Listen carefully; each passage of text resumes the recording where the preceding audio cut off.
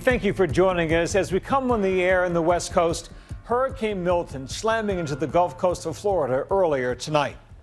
Making landfall near Sarasota is a Category 3 storm with 120-mile-per-hour winds. Those monster gusts sending walls of water. The wind even ripping off the roof of Tropicana Field, which had been set up as a shelter. Dozens of tornadoes popping up across Florida. In St. Lucie County, multiple fatalities. Firefighters rescuing residents from vehicles and structures, with some trapped or unable to escape from overturned vehicles. Our team was on the ground across the state. We turned first to Whit Johnson in Tampa, where it has been a difficult and dangerous night. Whit. Byron, we're in downtown Tampa right now. This is after Milton has made landfall, and we're starting to get these extreme hurricane-force wind gusts coming through. We're in a fortified parking garage right now, but I want to take you to the railing so you can take a look below at the streets. You can see the trees blowing. There's a sign across the street, some of the palm fronds. We've actually seen some signs ripped off and some debris blowing down the street here. That's the thing with Hurricane Milton that they were worried about. It's the combination of these hurricane-force wind gusts, also the rain, up to 12 inches of rain potentially expected in this area, and the potentially record-breaking storm surge of up to 9 feet. We were here just 2 weeks ago, and it was Hurricane Helene. With that storm, most of the concern was the flooding, and it did pretty significant damage. We actually went back to many of the same neighborhoods that were flooded from Hurricane Helene, and we talked to people who hunkered down in that storm. This time around, they heeded the warnings. Most of the people we spoke with said they were getting out and evacuating. 13,000 people in the Tampa area were staying in evacuation shelters. We spoke to a number of families who lived here their whole lives and said they'd never seen anything like this, the 1-2 punch from Hurricane Helene and Milton.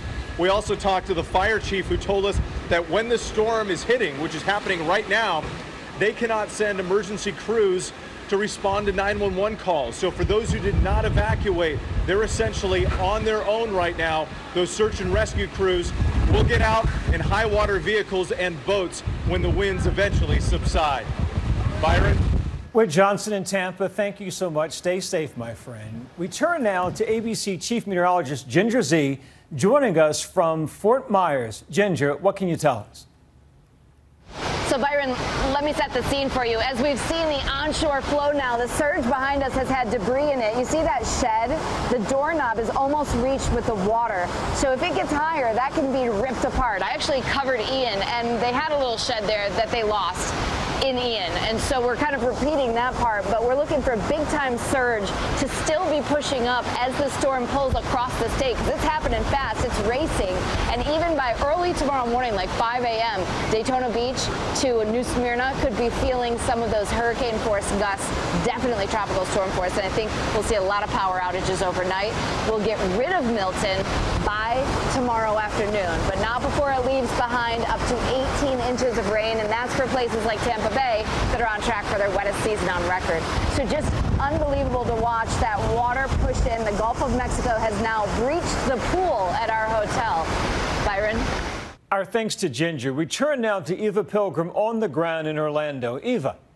Byron, we're here in Orlando, and we are starting to see the more powerful winds and downpour from Hurricane Milton. When you look at the track of where this hurricane is headed, it's going to be just south of Orlando, which puts us on the dirty side of the storm, meaning we are going to be getting all of that rain. It is going to be very wet here. As someone said, it's like a fire hose turned on in the area. And this area was getting prepared for that. They drained some of the lakes to make space for the water. They've also encouraged people, if they're in low-lying areas, to park their cars in parking garages. The city opening up those parking garages, allowing people to park there for free.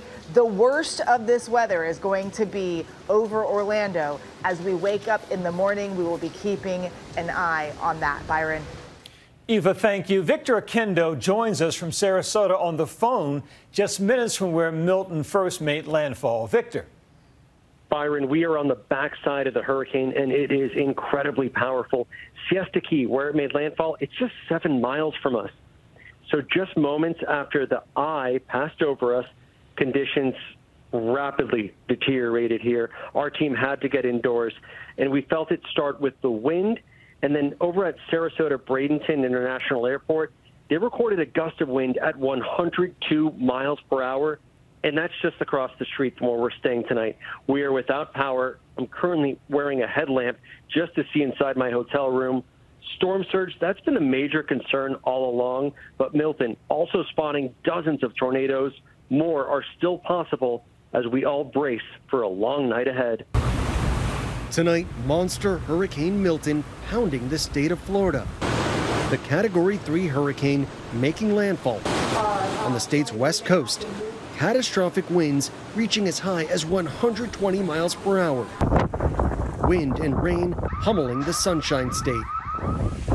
The storm spawning over 30 tornadoes, ripping through neighborhoods, tearing the roofs off people's homes. And we all started going for the hallway. Didn't even make it there in time. And we have lost some life. Search and rescue teams are on their way. Our deputies are out here. The fire district is out here. We're going through the rubble. Just north of Palm Beach on the East Coast, officials confirming multiple fatalities from tornadoes. Video from NASA capturing the magnitude of the storm. The intense storm surge already flooding city streets. Tampa's mayor warning locals of the dangers on CNN. I can say without any dramatization whatsoever, if you choose to stay in one of those evacuation areas, you're going to die. The storm is here. It is really nuts out here right now. The wind is whipping. The roof is literally ripping off. Residents who stayed back now battling what some call unsurvivable elements. Over 2 million customers already without power. According to officials, Milton is expected to cause severe damage across Florida from Tampa to Orlando to Jacksonville. It's not just about where it makes landfall. It's going to barrel across the state of Florida. A local emergency currently exists. As Milton was barreling towards the coast, officials begged residents to evacuate. The Sarasota County Sheriff's Office is calling for evacuation. While many Floridians fled the path of the storm in a mass exodus, for some, time ran out. With nearly 2,000 gas stations out of fuel, locals like Jenny Karate said staying in the Tampa area was her family's best option. We had trouble finding a hotel and didn't want to get stranded on the highway running out of gas. Calvin Bryant has lived in Sarasota since 1957. He chose not to evacuate. So when your family, your kids and grandchildren told you to please leave, what was your response? I'm not going nowhere. As the storm surge got closer to the coast, dangerous tornadoes spotted across southern Florida.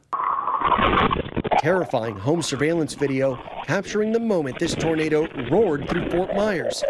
Another tornado spotted on a traffic camera crossing I-75 west of Fort Lauderdale, far from where Milton is taking direct aim. I watched it grow from tropical storm to a Cat 5 monster within 2 missions, which is the fastest I've ever seen anything rapidly intensify. Earlier today, hurricane hunters from NOAA headed into the eye of the storm to evaluate its strength and size. This is the craziest storm that I've ever flown inside of, hands down.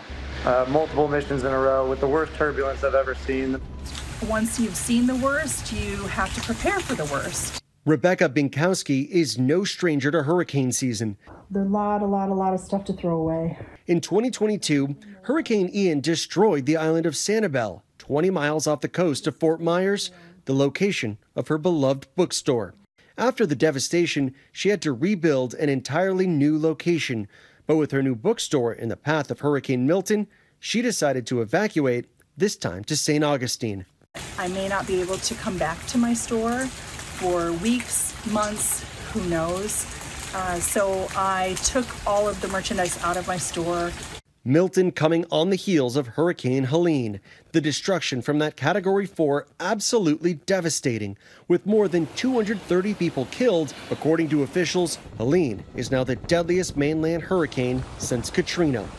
Helene ravaged the southeastern states, particularly North Carolina. Deadly mudslides, water plants severely damaged, hundreds of thousands left without power, roads completely blocked, bridges collapsed. One family in the town of Fairview losing 11 people. My mother and father, my aunt and uncle, my great aunt and uncle, lost cousins. second cousins. In Florida, the aftermath of that storm leaving debris piled high. That wreckage now possibly becoming flying projectiles with Milton's strong winds. While disinformation about the federal government's help with the storm recovery has run rampant, efforts are already underway. Over the last few weeks, there's been reckless and irresponsible and relentless promotion of disinformation and outright lies about what's going on. It's undermining confidence in the people in Florida. An incredible rescue and recovery work that has been undertaken. FEMA is on the ground in Florida, working with local authorities, urging Americans to apply for assistance. The biggest effect, I would say, is people that have been impacted are afraid to apply for our assistance. Assistance that then they can get a hotel room. They can get reimbursement for some of the costs or damages to their home. But as Hurricane Milton continues to pass through the state of Florida, the results of its devastation is still unknown.